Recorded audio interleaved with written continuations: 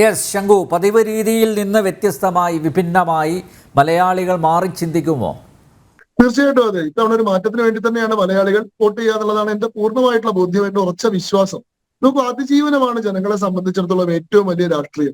അല്ലാതെ മുദ്രാവാക്യങ്ങൾക്കോ പ്രത്യയശാസ്ത്രങ്ങൾക്കോ ചിഹ്നങ്ങൾക്കോ അല്ല ജനങ്ങൾ വോട്ട് ചെയ്യുന്നത്. അവർക്ക് കൂടുതൽ മെച്ചപ്പെട്ട ജീവിതം കിട്ടുക എന്നുള്ളതാണ് ജനങ്ങളുടെ ഏറ്റവും അടിസ്ഥാനപരമായിട്ടുള്ള ആവശ്യം. ആ ജീവിതം അവർക്ക് ഉറപ്പു കൊടുക്കാൻ സാധിച്ചതുകൊണ്ടാണ് രാജ്യത്തിന്റെ ചരിത്രത്തിൽ ഇന്നോളം കിട്ടിയിട്ടില്ലാത്ത അത്രയും പിന്തുണയുമായിട്ട് ബി.ജെ.പിയുടെ സർക്കാർ തുടർന്നുകൊണ്ടിരിക്കുന്നത്. നോക്കൂ, 2014 നരേന്ദ്രമോദിയുടെ സർക്കാർ അധികാരത്തിലേറുന്ന സമയത്ത് ഈ രാജ്യത്തിന്റെ സുദീർഘമായിട്ടുള്ള ചരിത്രത്തിൽ, സ്വതന്ത്രാനന്തര ഭാരതത്തിന്റെ ചരിത്രത്തിൽ ആദ്യമായിട്ടൊരു കോൺഗ്രസ് ഇതര സർക്കാർ ഒറ്റയ്ക്ക് കേവല ഭൂരിപക്ഷം നേടുന്ന കൗതുകം അവിടെ സംഭവിച്ചു. 545 അംഗ പാർലമെന്റിലെ 272 എന്ന് പറയുന്ന മാജിക് നമ്പർ ക്രോസ് ചെയ്യാൻ കോൺഗ്രസ് അല്ലാതെ ഒരു പാർട്ടിക്ക് 2014 വരെ സാധിച്ചിട്ടില്ല. ബി.ജെ.പി 272 ക്രോസ് ചെയ്ത് 284 സീറ്റ് മേടിച്ചു. എന്നാൽ 2019 എത്തുമ്പോൾ ഈ പറയുന്ന 272 സീറ്റുകൾ നിലനിർത്തുകയെന്നോ 284 നിലനിർത്തുക എന്നുള്ളതോ ആയിരുന്നില്ല. ആന്റി ഇൻക്യുമൻസിനെ ഫൈറ്റ് ചെയ്യുക എന്നുള്ളതായിരുന്നില്ല. സീറ്റ് നില മെച്ചപ്പെടുത്തുക എന്നുള്ളതായിരുന്നു ബി.ജെ.പിയുടെ മുമ്പിലുള്ള പ്രയോറിറ്റി. 300 മേലെ സീറ്റുകൾ എന്നാണ് പ്രയോറിറ്റി വെച്ചത്. 303 സീറ്റുകൾ ബി.ജെ.പി ജയിച്ചു. 354 സീറ്റുകൾ എൻ.ഡി.എ മുന്നണിക്ക് ഒറ്റയ്ക്ക് നേടാൻ സാധിച്ചു. ഇത്തവണ നോക്കൂ, 2024 തെരഞ്ഞെടുപ്പിനെ നേരിടുമ്പോൾ 300 സീറ്റുകൾ എങ്ങനെയും നിലനിർത്തുക എന്നുള്ളതല്ല ബി.ജെ.പിയുടെ പ്രയോറിറ്റി. ഇസ് ബാർ 400 കി പാർ എന്നാണ് പ്രധാനമന്ത്രി തന്നെ പറയുന്നത്. ഇത്തവണ 400-ലേറെ.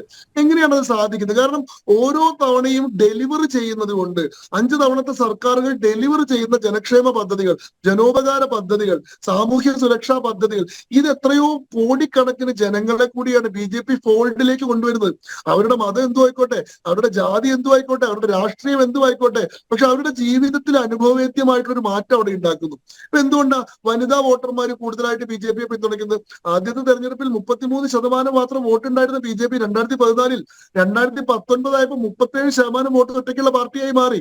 എവിടെ നിന്ന് വന്നു ഈ പുതിയ വോട്ടുകൾ? നോക്കൂ, പ്രധാനമന്ത്രി ആവാസ് യോജന പ്രകാരം 4 കോടി വീടുകളാണ് ഈ രാജ്യത്ത് നിർമ്മിച്ചു കൊടുത്തത്. 4 കോടി വീടുകൾ എന്ന് പറഞ്ഞാൽ ഏതാണ്ട് 10 കോടി മനുഷ്യർക്ക് സുരക്ഷിതമായിട്ട് കിടക്കാനൊരു ഇടം കിട്ടുന്നു. എത്ര ആളുടെ ജീവിതത്തെ അത് മാറ്റുന്നത്? 12 കോടി ശൗചാലയങ്ങൾ, അല്ലെങ്കിൽ 11 കോടി പൈപ്പ് വാട്ടർ കണക്ഷനുകൾ ജൽജീവൻ മിഷൻ പ്രകാരം, 3 കോടി ഗ്യാസ് സിലിണ്ടറുകൾ, 100% സമ്പൂർണ്ണ വൈദ്യുതീകരണം. ഇതൊക്കെ ആളുകളുടെ ജീവിതത്തിൽ പ്രത്യക്ഷമായിട്ടുള്ള മാറ്റങ്ങൾ വരുത്തുന്ന സംഗതികളാണ്. ആ ഗുഡ് ഗവർണൻസിന് വേണ്ടിയിട്ടാണ്, മെച്ചപ്പെട്ട ജീവിതത്തിന് വേണ്ടിയിട്ടാണ് ജനങ്ങൾ വോട്ട് ചെയ്യുന്നത്. ഇവിടെ ഈ 2 മുന്നണികൾ പരസ്പരം മത്സരിച്ചുകൊണ്ടിരിക്കുകയാണ്. ഇവർക്ക് ജനങ്ങളുടെ ജീവൽ പ്രശ്നങ്ങളെ സംബന്ധിച്ച് എന്ത് കാര്യമാണ് പറയാനുള്ളത്? ഇവർക്ക് ഈ രാജ്യത്തിന്റെ ഭാവിയെ പറ്റി എന്താണ് പറയാനുള്ളത്? അടുത്ത ഒരു നൂറ്റാണ്ടിലേക്കുള്ള ഭാരതത്തെ പറ്റിയിട്ടുള്ള എന്ത് സങ്കല്പമാണ്, എന്ത് സ്വപ്നമാണ് ഇവർക്കുള്ളത്? വളരെ ഉപരിപ്ലവമായിട്ടുള്ള നൈമിഷികമായിട്ടുള്ള രാഷ്ട്രീയ പ്രശ്നങ്ങളല്ലാതെ ഇ.പി. ജയരാജൻ എന്താ പറഞ്ഞത്? ദല്ലാൽ നന്ദകുമാർ എന്താ പറഞ്ഞത്? ശോഭാ സുരേന്ദ്രൻ എന്താ പറഞ്ഞത്? ഇങ്ങനെയുള്ള വളരെ സാധാരണക്കാരന്റെ ജീവിതത്തെ തൊലിപ്പുറമെ പോലും സ്പർശിക്കാത്ത ചില രാഷ്ട്രീയ വിഷയങ്ങൾ അല്ലാതെ അവരുടെ ജീവിതത്തെ മെച്ചപ്പെടുത്തുന്നതിനെ സംബന്ധിച്ച് എന്താണ് ഇവർക്ക് പറയാനുള്ളത് എന്നുള്ളതാണ്. ബി.ജെ.പി തവണ പറയുന്നത്, എല്ലാ തവണത്തെയും പോലെ പറയുന്നത് വികസനത്തിന്റെ രാഷ്ട്രീയത്തെ പറ്റിയിട്ടാണ്. 2014-ൽ ലോകത്തിന്റെ 10ാം സ്ഥാനത്തെ 10ാമത്തെ വലിയ സാമ്പത്തിക ശക്തിയായിരുന്നിട്ട് രാഷ്ട്രത്തെ 10 വർഷം കൊണ്ട് ലോകത്തിലെ 5ാമത്തെ വലിയ സാമ്പത്തിക ശക്തിയാക്കി മാറ്റിയിട്ടുള്ള പരിവർത്തനം ഉണ്ടല്ലോ. 2014-ൽ ഫ്രജൈൽ 5 എക്കോണമി എന്ന് വിളിച്ചിരുന്നിടത്ത് നിന്ന് 2023 ആവുമ്പോഴേക്കും IMF പോലെയൊരു സംഘടന the only bright spot in otherwise dark world, ഇരുണ്ടുകൂടിയിരിക്കുന്ന ലോകത്തിലെ പ്രകാശമുള്ള ഒരേ ഒരു ഇടം, എല്ലാ മീറ്ററുകളിലും വന്നിട്ടുള്ള മാറ്റം ഉണ്ടല്ലോ. അതൊക്കെ പറയാൻ നരേന്ദ്രമോദി ഗവൺമെന്റിന്റെ ട്രാക്ക് റെക്കോർഡ് പറയാൻ ഈ ചർച്ചയുടെ സമയം പോരാ. പക്ഷെ ഓരോ മീറ്ററിലും അച്ചീവ് ചെയ്തിട്ടുള്ള നാഷണൽ ഹൈവേ വികസനത്തിന്റെ കാര്യത്തിലായിക്കോട്ടെ, അതല്ലെങ്കിൽ ഇൻഫ്രാസ്ട്രക്ചർ ഡെവലപ്മെന്റിന്റെ കാര്യത്തിലായിക്കോട്ടെ, അതല്ലെങ്കിൽ ഡിജിറ്റൽ ഇന്ത്യ എന്ന് പറയുന്ന പദ്ധതിയുടെ കാര്യത്തിലായിക്കോട്ടെ, വിദ്യാഭ്യാസ സ്ഥാപനങ്ങളുടെ ങ്ങളുടെ കാര്യത്തിലായിക്കോട്ടെ. ഇവിടെ പലപ്പോഴും ഇവരൊക്കെ ആക്ഷേപമായിട്ട് പറയാറുണ്ട്, നിങ്ങൾ അമ്പലം ഉണ്ടാക്കുന്ന പാർട്ടിയാണ്, നിങ്ങൾക്ക് ആ സമയത്ത് കോളേജുകളോ ആശുപത്രികളോ തുടങ്ങിക്കൂടെയെന്ന്. ഇന്ത്യയുടെ ചരിത്രത്തിൽ ഏറ്റവും കൂടുതൽ കോളേജുകൾ തുടങ്ങിയിട്ടുള്ള പാർട്ടി ബി.ജെ.പിയുടെ നരേന്ദ്രമോദി സർക്കാരിന്റെ കാലഘട്ടത്തിലാണ്. 2014-ൽ ഇന്ത്യയിൽ ആകെയുള്ള കോളേജുകളുടെ എണ്ണം 35,000 ആണെങ്കിൽ ഇന്ന് നമ്മൾ 2024 സംസാരിക്കുമ്പോൾ 52,000-ന് മുകളിലാണ്. യൂണിവേഴ്സിറ്റികളുടെ എണ്ണം 2014-ൽ 750 മാത്രമായിരുന്നെങ്കിൽ ഇന്ന് 2024 നമ്മൾ സംസാരിക്കുമ്പോൾ 1150 IIT-കളുടെ എണ്ണം 7 ആയിരുന്നെങ്കിൽ ഇന്നത് 15. IIM-കളുടെ എണ്ണം 7 ആയിരുന്നെങ്കിൽ ഇന്നത് 15. AIIMS, all India institute of medical science 2014-ൽ ഒരു ഫുള്ളി ഓപ്പറേഷനിലും 6 സെമി ഓപ്പറേഷണൽ എയിംസുമായിട്ട് ആകെ 7 എയിംസ് ആണ് ഉണ്ടായിരുന്നെങ്കിൽ ഇന്ന് നമ്മൾ സംസാരിക്കുമ്പോൾ 22 എയിംസ് ആണ്. ഇങ്ങനെ ഓരോ മേഖലയിലും, റോഡ് ഗതാഗതത്തിന്റെ കാര്യത്തിൽ, എയർപോർട്ടിന്റെ കാര്യം, 74 എയർപോർട്ട് ഉണ്ടായിരുന്ന സ്ഥലത്ത് 149 എയർപോർട്ടാണ്. Double the number. ഇങ്ങനെ ഓരോ മീറ്ററിലും ഓരോ പാരാമീറ്ററിലും ഡെലിവറി എങ്ങനെയാ മാറിയത്? 1.78 ട്രില്യൺ എക്കോണമി ആയിരുന്നു ഇന്ത്യ 2014. 2 ട്രില്യൺ തികച്ചില്ല. ഇന്ന് 3.45 ട്രില്യൺ ആയി. 4 ട്രില്യണിലേക്ക് കുതിച്ചുകൊണ്ടിരിക്കുകയാണ്. 2027 ആകുമ്പോഴേക്ക് ഇന്ത്യ 5 ട്രില്യൺ എക്കോണമി ആകുമെന്നാണ് ആഗോള ഏജൻസികളൊക്കെ പ്രവചിക്കുന്നത്. അത്രയും വലിയൊരു ഗ്രോത്ത് ആണ്. ആ ഗ്രോത്തിനൊപ്പം ചേരാനാണ് രാജ്യം മുഴുവൻ ആഗ്രഹിക്കുന്നത്. ഇവിടുത്തെ സാധാരണക്കാർക്കുള്ള സംശയം, രാജ്യം കുതിക്കുമ്പോൾ കേരളം മാത്രം ആ വേഗത്തിനൊപ്പം എത്താൻ കഴിയാതെ കിതച്ചു പോകുമോ? കേരളം മാത്രം ഇതിന് പുറം തിരിഞ്ഞു നിൽക്കുമോ? കേരളം മാത്രം ഈ വികസനത്തിൽ ഭാഗവാക്കല്ലാതായി പോകുമോ എന്നുള്ളതാണ്. കാരണം നരേന്ദ്രമോദിയുടെ സർക്കാർ അധികാരത്തിൽ ഏറുമ്പോൾ കേരളത്തിൽ നിന്ന് മാത്രം അതിന് പ്രതിനിധികളില്ല. നരേന്ദ്രമോദി സർക്കാർ നമ്മളോട് വിരോധഭാവമോ വൈരാഗ്യമോ പ്രതികാര ബുദ്ധിയോ ഒന്നും പുലർത്താത്തതുകൊണ്ട് എംപിമാരെ തെരഞ്ഞെടുത്തിട്ടില്ലെങ്കിലും നമുക്ക് 2 മന്ത്രിമാരെ തന്നിട്ടുണ്ട്. പക്ഷെ അർഹതയ്ക്കും യോഗ്യതയ്ക്കും അനുസരിച്ചിട്ടുള്ള പ്രാതിനിധ്യം കൊണ്ടുള്ള മന്ത്രിസ്ഥാനങ്ങൾ നമുക്ക് ഇപ്പോഴും കിട്ടിയിട്ടില്ല. അതില്ലാത്തത് കൊണ്ട് കേരളം മാത്രം ഈ വികസന ഗാഥയിൽ നിന്ന് പുറകോട്ടായി പോകുമോ എന്നുള്ള സംശയമാണ് മലയാളി ഇലക്ട്രേറ്റ് ഇത്തവണ നയിക്കുന്നത്. അതുകൊണ്ട് തന്നെ ഇത്തവണ കേന്ദ്ര ഭരണത്തിൽ വരുമെന്ന് ഉറപ്പുള്ള നരേന്ദ്രമോദി സർക്കാരിൽ തങ്ങളുടെ പങ്കാളിത്തവും പ്രാതിനിധ്യവും കൂടി ഉറപ്പുവരുത്തണമെന്നുള്ള നിശ്ചയദാർഢ്യത്തോടു കൂടിയിട്ടാണ് തങ്ങളുടെ എംപിമാർ കൂടി അവിടെ മന്ത്രിമാരായിട്ടുണ്ടാവണം, അധികാരത്തിന്റെ സോപാനങ്ങളിൽ അവരുണ്ടാവണം, രാജ്യത്തിന്റെ ഭരണത്തെ നിയന്ത്രിക്കുന്ന സംവിധാനങ്ങളിൽ അവരുണ്ടാവണം, രാജ്യത്തെ നിയമനിർമ്മാണം നടപ്പാക്കുന്ന സംവിധാനങ്ങളിൽ അവരുണ്ടാവണം എന്നുള്ള ആഗ്രഹത്തോട് കൂടിയിട്ടാണ്. അല്ലാണ്ട് പ്രതിപക്ഷത്തിരിക്കാനും പ്രതിഷേധിക്കാനും വേണ്ടി ഞങ്ങൾക്ക് കൂടുതൽ പ്രതിനിധികൾ ആവശ്യമില്ല എന്ന കാഴ്ചപ്പാട് മലയാളി ഇലക്ട്രേറ്റിന് ഉണ്ടായിട്ടുണ്ട്. അതിനനുസരിച്ചുള്ള മാറ്റങ്ങൾ ഈ തെരഞ്ഞെടുപ്പിൽ ഉണ്ടാവും എന്നുള്ളതാണ് എന്റെ ഉറച്ച വിശ്വാസം. ജസ്റ്റിൻ, ഈ വിഷയത്തിൽ എന്താണ് പറയാനുള്ളത്? നോക്കൂ, ഇടതുമുന്നണി നയിക്കുന്ന EP ജയരാജന് പോലും ആ മുന്നണിയിൽ വിശ്വാസം നഷ്ടപ്പെട്ടിരിക്കുന്നു. ഇതിനകത്ത് 2 കാര്യമുണ്ട് എനിക്ക് പറയാൻ അവസരം തരണം. കാരണം 2 മുന്നണിയിൽപ്പെട്ടവരും ഇടതുപക്ഷ ജനാധിപത്യ മുന്നണിക്കെതിരെയും സ്പെസിഫൈ ചെയ്ത് കേരള കോൺഗ്രസിനെതിരെയും പറഞ്ഞതുകൊണ്ട് അത് പറയാനുള്ള സമയം എനിക്ക് തരണം. കോൺഗ്രസിന്റെ പ്രതിനിധിയുടെ ചർച്ച കേൾക്കുമ്പോൾ ഇപ്പോഴും അവർക്ക് BJP അല്ല ഈ രാജ്യത്തെ മുഖ്യ ശത്രു, CPM ആണെന്ന് തോന്നിപ്പോവുകയാണ്. അവരൊരു കാര്യം മനസ്സിലാക്കണം, അവര് ഒരു ഘട്ടത്തിലും മോദിയെ നേരിടുവാനുള്ള മാനസികമായ കരുത്ത് അവർക്ക് ഇപ്പോഴും 2ാം ഘട്ട തെരഞ്ഞെടുപ്പ് നടത്തുമ്പോഴും അവർക്ക് ഇന്ത്യയിൽ ഇല്ല എന്നുള്ളതിന്റെ തെളിവാണ് രാഹുൽ ഗാന്ധി വയനാട്ടിൽ വന്നു മത്സരിക്കുന്നത്. അത് അവരാദ്യം ഉൾക്കൊള്ളണം. പിന്നെ അദ്ദേഹം പറഞ്ഞു, ജോസ് കെ മാണി ഇപ്രാവശ്യം കോട്ടയത്ത് മത്സരിക്കുമായിരുന്നെങ്കിൽ ഏതാണ്ട് ഗിന്നസ് റെക്കോർഡിൽ ഉൾപ്പെടുമായിരുന്നു. രാഹുൽ ഗാന്ധി അമേഠിയിൽ മത്സരിച്ചപ്പോൾ ഗിന്നസ് റെക്കോർഡിൽ ഒന്നും വന്നില്ലയോ എന്റെ സുഹൃത്തെ? 2, നിങ്ങൾ കേരള കോൺഗ്രസിന്റെ കാര്യം പറഞ്ഞു. ഞങ്ങൾ കോട്ടയത്ത് സിറ്റിംഗ് MP ഞങ്ങളുടെയാണ്, ഞങ്ങൾ അവിടെ മത്സരിക്കുന്നു. ഞങ്ങളുടെ ഐക്യ ജനാധിപത്യ മുന്നണിയിൽ നിന്നും ജോസ് കെ മാണിയെയും കൂട്ടരെയും പുറത്താക്കുമ്പോൾ നിങ്ങൾ അന്ന് വീമ്പളക്കിയ ഒരു കാര്യം ഉണ്ടായിരുന്നു. എന്താണെന്ന് അറിയാവോ വസന്തേ? കേരള കോൺഗ്രസ് M ഈ മുന്നണിയിൽ നിന്ന് പുറത്തേക്ക് പോയാൽ കൈപ്പത്തി ചിഹ്നത്തിലുള്ളവർക്ക് ഇന്ത്യൻ പാർലമെന്റിൽ മത്സരിക്കാനുള്ള ഒരു അവസരം കൂടിയാണ് കൈവരുന്നത്. എന്തിയെ കോട്ടയത്ത് കൈപ്പത്തിയുടെ സ്ഥാനാർത്ഥി? ഇന്നേ വരെ പാർട്ടി ആ കോട്ടയത്ത് മത്സരിച്ചിട്ടുണ്ടോ? ഞാൻ പറഞ്ഞു, നിങ്ങൾ പറയുന്ന ഈ രാജ്യത്ത് നിങ്ങളുടെ MPമാരെ വർദ്ധിപ്പിക്കുമെന്നാണ് പറയുന്നത് കോൺഗ്രസിന്. BJPയുടെ പ്രതിനിധി അടക്കം ചൂണ്ടിക്കാണിച്ചല്ലോ, 40ഓ 45ഓ പേരെ കഷ്ടിച്ചൊപ്പിച്ചുകൊണ്ടിരിക്കുക. അന്നേരം കോട്ടയം പോലെ നിങ്ങൾ പറയുന്നത് നിങ്ങൾക്ക് ഏറ്റവും സുരക്ഷിതമായ മണ്ഡലമാണ്. അവിടെ പോലും ഒരു കൈപ്പത്തിക്കാരനെ മത്സരിപ്പിക്കാനുള്ള ആർജവം കാണിക്കാത്ത നിങ്ങൾ എങ്ങനെയാണ് ഇന്ത്യൻ പാർലമെന്റിൽ കൂടുതൽ അംഗങ്ങളെ വിജയിപ്പിച്ചുകൊണ്ട് BJPയെ നേരിടാൻ പോകുന്നത്? പിന്നെ അവിടെ മത്സരിക്കുന്ന സ്ഥാനാർത്ഥി ഓട്ടോ ചിഹ്നത്തിൽ മത്സരിക്കുന്ന ഒരാളാണ്. അവർക്ക് കേരളത്തിൽ ഒരു അംഗീകാരം പോലും തെരഞ്ഞെടുപ്പ് കമ്മീഷനിൽ കിട്ടിയിട്ടില്ല. ഞാൻ ഒരു കാര്യം വളരെ വ്യക്തമായി പറയാം, ബഹുമാനപ്പെട്ട അവതാരകൻ കൂടി അനുവദിക്കുക. കേരളത്തിൽ BJPയും കോൺഗ്രസും തമ്മിൽ ഏറ്റവും അധികം അവിശുദ്ധമായ ബാന്ധവം നടക്കുന്ന ജില്ലയാണ് കോട്ടയം ജില്ല. അതിൽ ജോസഫ് ഗ്രൂപ്പിന് വളരെ വ്യക്തമായ ചില ബന്ധങ്ങൾ അവിടെയുണ്ട്. അവരുടെ 2 ജില്ലാ പ്രസിഡന്റുമാർ ഇതിനോടകം തന്നെ BJPയിൽ എത്തിക്കഴിഞ്ഞു. അതായത് വസന്ത് മനസ്സിലാക്കുക, UDFന്റെ 2 ജില്ലാ ചെയർമാൻമാരാണ് ഈ കാലഘട്ടത്തിൽ ഇന്ന് BJPയുടെ ഭാഗമായി നിൽക്കുന്നത്. പത്തനംതിട്ടയിൽ ശ്രീ വിക്ടർ ടി തോമസ് നിങ്ങളുടെ മുന്നണിയിൽ നിങ്ങളുടെ UDFന്റെ ജില്ലാ ചെയർമാനായിരുന്നു. ഈ തെരഞ്ഞെടുപ്പ് പ്രഖ്യാപിച്ച് ഒരാഴ്ചയ്ക്ക് മുമ്പാണ് കോട്ടയത്തെ ജില്ലാ UDF ചെയർമാൻ NDAയിലേക്ക് എത്തിയിരിക്കുന്നത്. അപ്പം PM മാത്യു എന്നൊക്കെ പറഞ്ഞ അത് മാണി ഗ്രൂപ്പിൽ നിന്ന് 2 വർഷം മുമ്പ് ഈ പണി മതിയാക്കി വീട്ടിൽ കുത്തിയിരുന്ന അതിനെ പൊക്കി എടുത്തുകൊണ്ട് പോയിട്ട് PM മാത്യുവിന്റെ കാര്യമൊക്കെ എന്റെ വസന്ത് ഇതൊക്കെ കോട്ടയംകാർക്ക് അറിയാം. ഒരു കാര്യം ഞാൻ പറയാം, പാലായിൽ കുറിച്ച് നിങ്ങൾ പറഞ്ഞതുകൊണ്ടൊക്കെ പറയാം. കഴിഞ്ഞ ലോക്സഭാ തെരഞ്ഞെടുപ്പിൽ അഡ്വക്കേറ്റ് PC തോമസ് ആ പാലാ മണ്ഡലത്തിൽ നിന്ന് ലഭിച്ചത് 26,000 വോട്ടാണ് BJPയുടെ NDA സ്ഥാനാർത്ഥിയായിട്ട്. ആ നിയമസഭാ തെരഞ്ഞെടുപ്പിൽ 2019 തെരഞ്ഞെടുപ്പിൽ അവിടെ N ഹരി എന്ന് പറയുന്ന BJPയുടെ ജില്ലാ പ്രസിഡന്റ് പിടിച്ചത് 25,000 വോട്ടാണ്. ജോസ് കെ മാണി മത്സരിക്കാൻ വന്നപ്പോൾ BJPക്ക് ലഭിച്ച വോട്ട് എത്രയാണെന്ന് വസന്ത് ഒന്ന് കൂട്ടി നോക്കണം. കേവലം 10,000 വോട്ടാണ്. ബാക്കി 15,000 വോട്ട് എവിടോട്ട് പോയി എന്ന് നിങ്ങളൊന്ന് ചിന്തിച്ചാൽ മതി. കോട്ടയം ജില്ലയിലെ BJPയും അവിടുത്തെ കോൺഗ്രസും ഇപ്പൊ നിങ്ങളുടെ കൂടെയുള്ള കേരള കോൺഗ്രസും ഒക്കെ തമ്മിലുള്ള അവിശുദ്ധമായ കൂട്ടുകെട്ടിന്റെ ബന്ധങ്ങൾ കോട്ടയത്ത് കേരള കോൺഗ്രസ് എമ്മിൽ ഒതുക്കി നിർത്താല് കുറച്ചുകൂടെ വിശാലമായിട്ട് പോവാൻ നമുക്ക് നോക്കിക്കാണാം. അല്ല, കേരള കോൺഗ്രസിന്റെ കാര്യം പ്രത്യേകിച്ച് ഞങ്ങളുടെ ചെയർമാനെ കുറിച്ച് സൂചിപ്പിച്ചതുകൊണ്ടാണ് ഞാൻ അതിന് മറുപടി കൊടുത്തത്. അല്ല ജസ്റ്റിൻ, ഞാൻ ഒരു കാര്യം കൂടെ ചോദിച്ചു. അതായത് ഇടതുമുന്നണിയെ നയിക്കുന്ന EPക്ക് പോലും ആ മുന്നണിയിലുള്ള വിശ്വാസം നഷ്ടപ്പെട്ടു. അതുകൊണ്ടല്ലേ അദ്ദേഹം BJPയിലേക്ക് പോകാൻ തയ്യാറായത്? ആരാ പറഞ്ഞത് അങ്ങനെ പോകാൻ തയ്യാറായെന്ന്? അദ്ദേഹം ഇന്നും ഇടതുപക്ഷ ജനാധിപത്യ മുന്നണിയെ നയിച്ചുകൊണ്ടിരിക്കുക. ഇത് കോൺഗ്രസ് അല്ല അല്ലേട്ടാ. കോൺഗ്രസിന്റെ ഇവരുടെ KPCC പ്രസിഡന്റ് അയാൾ പരസ്യമായി പറഞ്ഞു, ഞാൻ RSSന്റെ ശാഖയ്ക്ക് കാവൽ നിന്നിട്ടുള്ള ആളാണ്, ഞങ്ങൾ വിളിച്ചാൽ പോയിരിക്കും.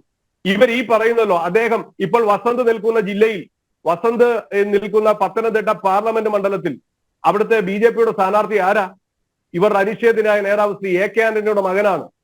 കോൺഗ്രസ്സുകാരെ എങ്ങനെ വിശ്വസിക്കും?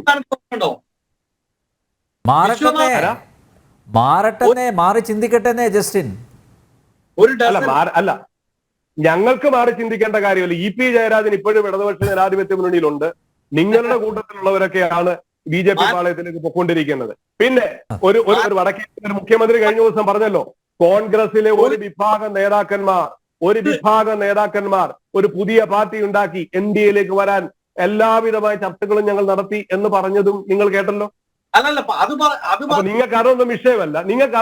വിഷയം EP ജയരാജന്റെ ബിസിനസ്സും EP ജയരാജന്റെ റിസോർട്ട് പോകാൻ നിങ്ങൾക്ക് ഇപ്പോഴും വിഷയം. നിങ്ങൾക്ക് മോദി വിഷയമല്ല. നിങ്ങൾ കർഷകരുടെ കാര്യം ഇപ്പൊ പറഞ്ഞല്ലോ, പിന്നെ പിണറായി വിജയന്റെ ഗവൺമെന്റ് കർഷകരെ സഹായിച്ചില്ലെന്ന്. 4 ലക്ഷം കർഷകർ ഈ രാജ്യത്ത് ആത്മഹത്യ ചെയ്തല്ലോ. ഇപ്പോഴും കർഷകൻ നോർത്ത് ഇന്ത്യയിൽ സമരം ചെയ്യുക. നിങ്ങൾക്ക് അതിനെ കുറിച്ച് പറയാനൊന്നും ഇല്ലയോ?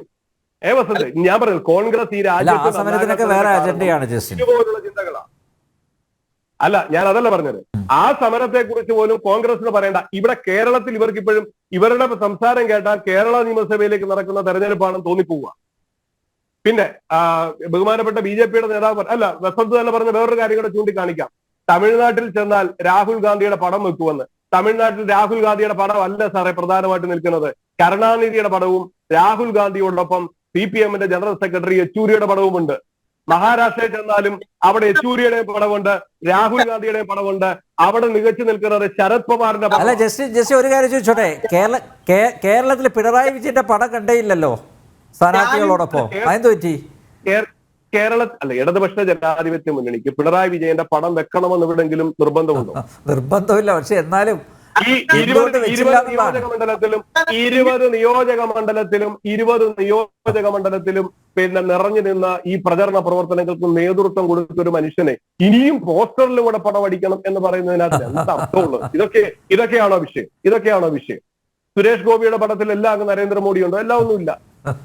അല്ലെങ്കിൽ ഇവിടെ ഞാൻ മത്സരിക്കുന്നിടത്ത് പിന്നെ പ്രധാനമന്ത്രിയുടെ പടമുണ്ടോ? അല്ലെ അമിത്ഷായുടെ പടമുണ്ടോ? അങ്ങനെയൊക്കെ ചോദിക്കാൻ പോയാലൊന്നുമില്ല. AK ആന്റണിയുടെ പടം എന്താ ഇവിടുത്തെ കോൺഗ്രസിന്റെ നേതാക്കന്മാരോട് അടിക്കാഞ്ഞത്? പത്തനംതിട്ടയിൽ അദ്ദേഹത്തിന്റെ മോൻ BJP സ്ഥാനാർത്ഥിയാണല്ലോ.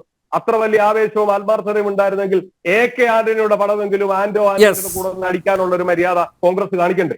ഓക്കെ ഒരു കാര്യം കൂടി ചോദിക്കട്ടെ. അതായത് ഇക്കുറിയും മോദി ഫാക്ടർ അതൊരു പ്രധാനപ്പെട്ട ഘടകം തന്നെയായിട്ട് അവശേഷിക്കുന്നു. നേരത്തെ ശംഖു ചൂണ്ടിക്കാണിച്ചതുപോലെ കേരളത്തിൽ കേന്ദ്രാവിഷ്കൃത പദ്ധതികളുടെ ഗുണഭോക്താക്കൾ അവരുടെ എണ്ണം കൂടിക്കൂടി വരികയാണ്. നോക്കൂ, മതം നോക്കുന്നില്ല, രാഷ്ട്രീയം നോക്കുന്നില്ല, വർഗം നോക്കുന്നില്ല, വർണ്ണം നോക്കുന്നില്ല, ഒന്നും നോക്കുന്നില്ല. സമസ്ത മേഖലകളിലേക്കും അത് എത്തുകയാണ്. അതുകൊണ്ട് തന്നെ മോദിയുടെ ഗ്യാരണ്ടി, ആ ഗ്യാരണ്ടിയിൽ കേരളത്തിലെ വലിയൊരു വിഭാഗം വിശ്വാസം അർപ്പിച്ചു കഴിഞ്ഞാൽ ഒരുപക്ഷെ നിങ്ങൾ ഉദ്ദേശിക്കുന്ന ഈ സമവാക്യങ്ങൾ അല്ലെങ്കിൽ നിങ്ങൾ ഉദ്ദേശിക്കുന്ന ഈ പ്രതീക്ഷകൾ, നിങ്ങളുടെ ആഗ്രഹങ്ങൾ അതൊക്കെ പെട്ടെന്ന് പൂവണിയും എന്ന് തോന്നുന്നുണ്ടോ? അങ്ങയുടെ ചോദ്യത്തിന് ഉത്തരം പറയുന്നതിന് മുമ്പ് ഇടതു പ്രതിനിധിയുടെ ചില കാര്യങ്ങൾക്ക് ഉത്തരം പറയാതിരിക്കാൻ പറ്റില്ല. പറഞ്ഞോളൂ. അദ്ദേഹം തമിഴ്നാട്ടിൽ ഞങ്ങൾ രാഹുൽ ഗാന്ധിയുടെ പടം മാത്രമല്ല അവിടെ കരുണാനിധിയുടെയും സ്റ്റാലിന്റെയും ഒപ്പം ഞങ്ങളുടെ അഖിലേന്ത്യാ ജനറൽ സെക്രട്ടറി മുന്നണി പോരാളി പ്രിയപ്പെട്ട സഹാബ് സീതാറാമിന്റെയും ഒക്കെ പടം ഉപയോഗിക്കുന്നു എന്നാണ് പറഞ്ഞത്. നോക്കൂ, അവിടെ നിങ്ങൾ കരുണാനിധിയുടെ പോയിട്ട് ചിലയിടങ്ങളിൽ സ്റ്റാലിന്റെ പോലും പടം ഉപയോഗിക്കുന്നില്ല. ഇതാ നിങ്ങളുടെ ഇടത് നെഞ്ചോട് ചേർത്ത് പിടിക്കുന്ന, നിങ്ങളുടെ സ്ഥാനാർത്ഥിയുടെ ഇടത് നെഞ്ചോട് ചേർത്ത് പിടിക്കുന്ന ബാഡ്ജിന്റെ ചിത്രമാണ്. ഇതാ ഇങ്ങനെ ചേർത്ത് പിടിക്കുമ്പോൾ അവിടെ രാഹുൽ ഗാന്ധി മാത്രമേ ഉള്ളൂ. ഇനി അങ്ങ് പറയുന്ന പോലെ കരുണാനിധി ഉപയോഗിക്കപ്പെട്ടു എന്നിരിക്കട്ടെ, അല്ലെങ്കിൽ സ്റ്റാലിന്റെ ചിത്രം ഉപയോഗിക്കപ്പെട്ടു എന്നിരിക്കട്ടെ, ഞാൻ ചോദിക്കട്ടെ, CPIM എന്ന് പറയുന്ന പാർട്ടിയാണല്ലോ അവിടെ മത്സരിക്കുന്നത്. അടുത്ത തവണ നിങ്ങൾ മരപ്പെട്ടി ചിഹ്നത്തിലാണെങ്കിലും നിലവിൽ നിങ്ങൾ ഈ പറയുന്ന അരിവാൾ ചുറ്റിക നക്ഷത്രം ചിഹ്നത്തിലാണല്ലോ മത്സരിക്കുന്നത്. ഈ രാജ്യത്ത് നിങ്ങൾക്കുള്ള ഏക മുഖ്യമന്ത്രിയല്ലേ പിണറായി വിജയൻ? അദ്ദേഹത്തെ എന്തുകൊണ്ടാണ് മറ്റൊരു സംസ്ഥാനത്തിലേക്ക് നിങ്ങൾ കൊണ്ടുപോകാത്തത്? അദ്ദേഹത്തിന്റെ ചിത്രം എന്താണ് മറ്റു സംസ്ഥാനത്തെ സ്ഥാനാർത്ഥികൾക്ക് ഉപയോഗിക്കാത്തത്? അതായത് കേരള സംസ്ഥാനത്തിന്റെ വെളിയിലേക്ക് പിണറായി വിജയൻ എന്ന് പറഞ്ഞാൽ ആരുമല്ല, ഒരു പാവകൂത്തു തൊഴിലാളിയാണ്, അതിനപ്പുറത്തേക്ക് ആരുമല്ല എന്നും കേരളത്തെ പറ്റി അറിയാവുന്നവർക്ക് കേരളത്തിലെ നാശം വിതച്ചുകൊണ്ടിരിക്കുന്ന ഏറ്റവും വലിയ അസുരനാണ് എന്നുള്ളതും അറിയാവുന്നത് കൊണ്ട് ആ പടം ഉപയോഗിച്ചാൽ കേരളത്തിൽ ഇപ്പൊ യൂട്യൂബും ഈ പറയുന്ന ഇന്റർനെറ്റും ഒക്കെ ഭയങ്കര അവൈലബിൾ ആയിട്ടുള്ള ഒരു നാട്ടിൽ കേരളത്തിൽ നടക്കുന്ന ഈ ജനദ്രോഹ പ്രവൃത്തികൾ കൃത്യമായി അവിടെ ജനങ്ങൾ മനസ്സിലാക്കുമെന്നും നിങ്ങൾക്ക് തിരിച്ചു വോട്ട് ചെയ്യുമെന്നും അവിടുത്തെ CPM-കാർക്ക് ബോധമുണ്ടെന്നേ. രാജസ്ഥാനിലും ഈ തമിഴ്നാട്ടിലും ഒക്കെ മത്സരിക്കുന്ന കമ്മ്യൂണിസ്റ്റുകൾക്ക് ഇപ്പോഴും ബോധം നഷ്ടപ്പെട്ടിട്ടില്ലാത്തതുകൊണ്ട് അവർ ആ പടം ഉപയോഗിക്കുന്നില്ല എന്നുള്ളത് മാത്രമാണ്. അതാദ്യം മനസ്സിലാക്കുക. പിന്നെ അദ്ദേഹം തന്നെ പറഞ്ഞ മറ്റൊരു കാര്യമുണ്ട്. എന്താണ്? CPM കോൺഗ്രസ് വിട്ട് BJP-യിൽ ചേർന്ന സജീവ് മഞ്ഞക്കടമ്പൻ എന്ന് പറയുന്ന മുൻ UDF-ന്റെ ജില്ലാ ചെയർമാന്റെ കാര്യമാണ്. കോൺഗ്രസ് വിട്ടല്ല അദ്ദേഹം ചേർന്നത്, അദ്ദേഹം ജോസഫ് ഗ്രൂപ്പിൽ നിന്നാണ് പോയത്. പഞ്ചായത്ത് മെമ്പറായി പോലും മത്സരിച്ച് ജയിച്ചിട്ടില്ലാത്ത, മത്സരിച്ചിടത്തെല്ലാം തോറ്റ സജീവ് മഞ്ഞക്കടമ്പന്റെ കാര്യം അവിടെ നിൽക്കുമ്പോൾ കേരളത്തിൽ ഏറ്റവും ആദ്യവും അവസാനവുമായി ഒരു MLA BJP-യിൽ ജോയിൻ ചെയ്ത ആരാണ്? അദ്ദേഹം എന്റെ നാട്ടുകാരനായ കാഞ്ഞിരപ്പള്ളി നിയോജകമണ്ഡലത്തിൽ നിന്നും നിങ്ങളുടെ സ്വന്തമായി ജയിച്ചു വന്ന പിണറായി വിജയന്റെ ഓൺ കാൻഡിഡേറ്റ് ആയിരുന്ന അൽഫോൺസ് കണ്ണന്താനമാണ്. അദ്ദേഹം BJP-യിൽ ചേരുന്നു. അദ്ദേഹം BJP-യുടെ കേന്ദ്രമന്ത്രി ആവുന്നു. കേന്ദ്രമന്ത്രി ആയ ശേഷം കണ്ണന്താനത്തിന് വിരുന്നു കൊടുത്തത് പിണറായി വിജയനാണ്. വിരുന്നു കഴിഞ്ഞ് ഇറങ്ങി വരുന്ന കണ്ണന്താനം പറയുന്നു, ഞാൻ പിണറായി വിജയന്റെ അനുഗ്രാശിസോടുകൂടിയാണ് BJP-യിൽ ചേർന്നത്. പിണറായി ഇതുവരെ തള്ളി പറഞ്ഞിട്ടില്ല, ഓൺ ചെയ്യാതിരുന്നിട്ടില്ല, 504 പ്രകാരം ഡിഫമേഷന് കേസ് കൊടുത്തിട്ടില്ല. അതായത് പിണറായി വിജയൻ BJP-യിലോട്ടുള്ള റിക്രൂട്ടിംഗ് ഏജന്റായി പ്രവർത്തിക്കുന്നു. ഇനി വിശ്വനാഥ മേനോനെ അറിയാമോ? നിങ്ങളുടെ സർക്കാരിൽ തന്നെ, ഇടത് ഗവൺമെന്റിൽ തന്നെ ധനകാര്യമന്ത്രിയായിരുന്നു വിശ്വനാഥ മേനോൻ. ആ വിശ്വനാഥ മേനോൻ ലാസ്റ്റ് വന്ന് BJP-യിൽ വന്ന് എറണാകുളത്ത് മത്സരിച്ചു.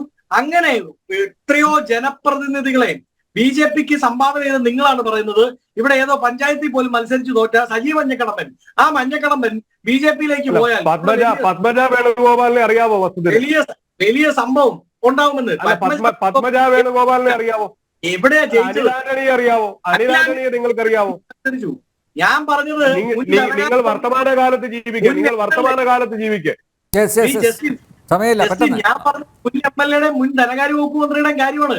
നിങ്ങൾ അതൊക്കെ 15 കൊല്ലം മുമ്പുള്ള കഥാപാത്രങ്ങളല്ലേ? നിങ്ങൾ വർത്തമാനകാലത്ത് മോദിയെ നേരിടാൻ കണ്ണന്താനത്തെ പിടിച്ചോണ്ട് വരാതെ, മോദിയെ നേരിടാൻ നിങ്ങൾ കണ്ണന്താനത്തെ പിടിക്കാതെ വസന്തേ. നിങ്ങൾ അനിലാന്റണിയെ കുറിച്ച് പറ, നിങ്ങൾ കുറിച്ച് പറ. അതാ ഞാൻ പറഞ്ഞത്. പറയട്ടെ, അതൊന്ന് പൂർത്തിയാക്കട്ടെ, സമയമില്ല. ജസ്റ്റിൻ നിങ്ങളുണ്ടല്ലോ, പഴയ പ്രീമിയർ പത്മിനിയും അംബാസിഡറും ഒക്കെ പോയ കഥ പറയുമ്പോ ഞാൻ പറയുന്നത് നിങ്ങളുടെ അവിടെ കിടന്ന ബെൻസും ഈ പറയുന്ന BMW ഒക്കെ പോയ കഥയാണ് പറയുന്നത്. ബംഗാളിൽ നിങ്ങളുടെ പാർട്ടി ഓഫീസ് ഉണ്ടോ? സംസ്ഥാന കമ്മിറ്റി ഓഫീസ് അവിടെ പോയി. നിങ്ങളുടെ വോട്ട് ഷെയർ അവിടെ പോയി. ത്രിപുരയിൽ നിങ്ങൾ ഏത് നേതാവാണ് ഉള്ളത് പാർട്ടിയിൽ? അങ്ങനെ സമസ്താപരാധം ഏറ്റു പറഞ്ഞ് BJP-യിൽ പാർട്ടി കൂടടക്കം സംസ്ഥാന കമ്മിറ്റി അടക്കം ജോയിൻ ചെയ്തവരാണ് പറയുന്നത് ഞങ്ങളെ പഠിപ്പിക്കാൻ വരുന്നത്. പിന്നെ നിങ്ങൾ പറഞ്ഞ എന്താണ് BJP-ക്കെതിരെ മുന്നണി പോരാട്ടം? എവിടെ? ഏത് മുന്നണി? നിങ്ങൾക്ക് എത്ര സീറ്റ് മത്സരിക്കുന്നുണ്ട്? ആകെപ്പാടെ 30 സീറ്റിൽ എണ്ണിപ്പറക്കിയാൽ 30 സീറ്റ് മത്സരിക്കുന്നുണ്ട് മുന്നണിയായിട്ട് തന്നെ. അതായത് നിങ്ങളുടെ കേരളത്തിലെ മുന്നണി രാഷ്ട്രീയത്തെ അക്സെപ്റ്റ് ചെയ്തുകൊണ്ട് 20 സീറ്റ് കൂട്ടിക്കോ. ഇനി തമിഴ്നാട്ടിലെ സീറ്റും രാജസ്ഥാനിലെ സീറ്റും കൂട്ടിയാൽ എണ്ണിപ്പറക്കി 30 സീറ്റിൽ മത്സരിക്കുന്ന നിങ്ങൾ ഒരു സീറ്റിൽ പോലും BJP-യുമായി നേർക്കുനേർ മത്സരമില്ല. ഒരു സീറ്റിൽ പോലും. കേരളത്തിൽ ഏതെങ്കിലും സീറ്റിലുണ്ടോ? ഞങ്ങൾ പറയുന്നു തിരുവനന്തപുരത്ത് അവിടെ BJP 2ാം സ്ഥാനത്തുള്ള പാർട്ടിയാണ്. അവരുമായി മത്സരം ആരാ? ഇപ്പൊ നേരത്തെ ജസ്റ്റിൻ പറയാണ്, അവിടെ പന്ന്യൻ രവീന്ദ്രനുമായാണ് മത്സരം. അവിടുത്തെ സിറ്റിംഗ് MP ആണ് ഡോക്ടർ തരൂരും. അന്ന് കഴിഞ്ഞ പ്രാവശ്യത്തെ നിങ്ങൾ സീറ്റ് വിട്ട് എന്നത് ജോർജ് ഫെർണാണ്ടസോ അങ്ങനെ ഒരാളുണ്ടായിരുന്നല്ലോ. അയാളുമായിട്ടുള്ള വോട്ടിന്റെ ഡിഫറൻസ് എവിടെയാണ്? നമ്മൾ യാഥാർത്ഥ്യത്തിൽ നിന്ന് സംസാരിക്കണ്ടേ? ഒരു സീറ്റിൽ പോലും ബി ജെ പിയുമായി നേർക്കുനേർ മത്സരം നടത്താത്ത നിങ്ങൾ പറയാണ് ഞങ്ങൾ ബി ജെ പിയുമായി സെറ്റിൽഡ് ആവാൻ പോകുന്നു. എന്ത് സെറ്റിൽഡ് ആവാൻ പോകുന്നു? Yes. ഇപ്പൊ ഇതാ ദല്ലാൽ നന്ദകുമാർ ഇന്നൊരു പുതിയ ആരോപണം ഉയർത്തിവിട്ടിട്ടില്ലേ? തൃശ്ശൂരിൽ നിങ്ങൾ മറിച്ചോട്ടിയും ചെയ്തില്ലെങ്കിൽ മാസപ്പടി കേസിൽ നിങ്ങളുടെ പിണറായിയുടെ മകൾ അകത്തു പോകും. എന്താ ഉത്തരം പറയാതെ? എല്ലാ കാലത്തും ദല്ലാൽ നന്ദകുമാർ സി പി എമ്മിന്റെ മൈക്രോഫോണാണ്. സി പി എമ്മിന്റെ മൈക്രോഫോണായി എല്ലാ കാലത്തും പ്രവർത്തിച്ചിരുന്ന ദല്ലാൽ നന്ദകുമാർ ഇന്ന് നിങ്ങൾക്കെതിരെ ആരോപണം ഉന്നയിക്കുന്നു. ഉത്തരവുണ്ടോ? അപ്പൊ അങ്ങനെ ഒന്നും ഇല്ലാത്തവർ, സ്വയം ചെളി വാരി എറിയേണ്ടവർ സ്വന്തം കണ്ണിലെ തടിയെടുത്ത് മാറ്റിയിട്ട് വേണം മറ്റുള്ളവരുടെ കണ്ണിലെ പൊടിയെടുക്കാൻ എന്ന ദൈവവചനം ഓർത്താൽ. ശംഖു, ഒറ്റ കാര്യം കൂടി. ശംഖു, ഇവരിങ്ങനെയൊക്കെ പറയും, പക്ഷേ ഈ തെരഞ്ഞെടുപ്പ് ദിവസം വരുമ്പോൾ ബി ജെ പി സ്ഥാനാർത്ഥിയെ ഒരിക്കലും ജയിപ്പിക്കരുത് എന്ന ദൃഢനിശ്ചയം അത് ഉൾക്കൊണ്ടുകൊണ്ട് അഡ്ജസ്റ്റ്മെൻറ്റിന് തയ്യാറാവില്ലേ? അത് നമുക്ക് തള്ളിക്കളയാൻ പറ്റുമോ? മുൻ വർഷങ്ങളിലൊക്കെ അങ്ങനെ ഉണ്ടായിട്ടുണ്ട് എന്നത് നമുക്ക് നിഷേധിക്കാവുന്ന ഒരു കാര്യമല്ല. ബി ജെ പിയെ തോൽപ്പിക്കാൻ എന്ത് കുതന്ത്രവും പറ്റുക എന്നുള്ള നിലപാട് ഈ രണ്ട് മുന്നണികൾ പൊതുവെ സ്വീകരിച്ചു വരാറുണ്ട്.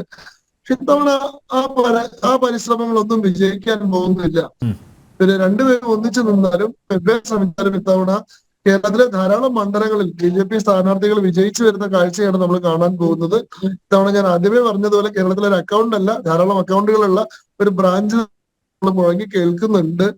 അപ്പൊ അതുകൊണ്ട് തന്നെ എല്ലാ പരിശ്രമങ്ങളെയും, ഇവരുടെ എല്ലാ രാഷ്ട്രീയത്തെയും, ഇവരുടെ എല്ലാം തന്ത്രങ്ങളെയും, ഇവരുടെ എല്ലാം കുതന്ത്രങ്ങളെയും അതിജീവിച്ചുകൊണ്ട് ഇത്തവണ കേരളത്തിൽ വലിയ ഭൂരിപക്ഷത്തോടുകൂടി വലിയ വോട്ട് ശതമാനത്തിൽ വലിയ വർധനവ് നടത്തിക്കൊണ്ട് ധാരാളം സീറ്റുകളിൽ വിജയിച്ചുകൊണ്ട് നരേന്ദ്രമോദിയുടെ സർക്കാരിൽ, ആ സർക്കാരിന് കരുത്ത് പകരുന്ന, ആ സർക്കാരിലെ പ്രതിനിധികളാവുന്ന, ആ സർക്കാരിന്റെ ഭരണപരമായിട്ടുള്ള പങ്കാളിത്തം വഹിക്കുന്ന ആളുകൾ കേരളത്തിൽ നിന്ന് ഉണ്ടാവും എന്നതാണ് നമ്മുടെ എല്ലാവരുടെയും ഉറച്ച ബോധ്യം.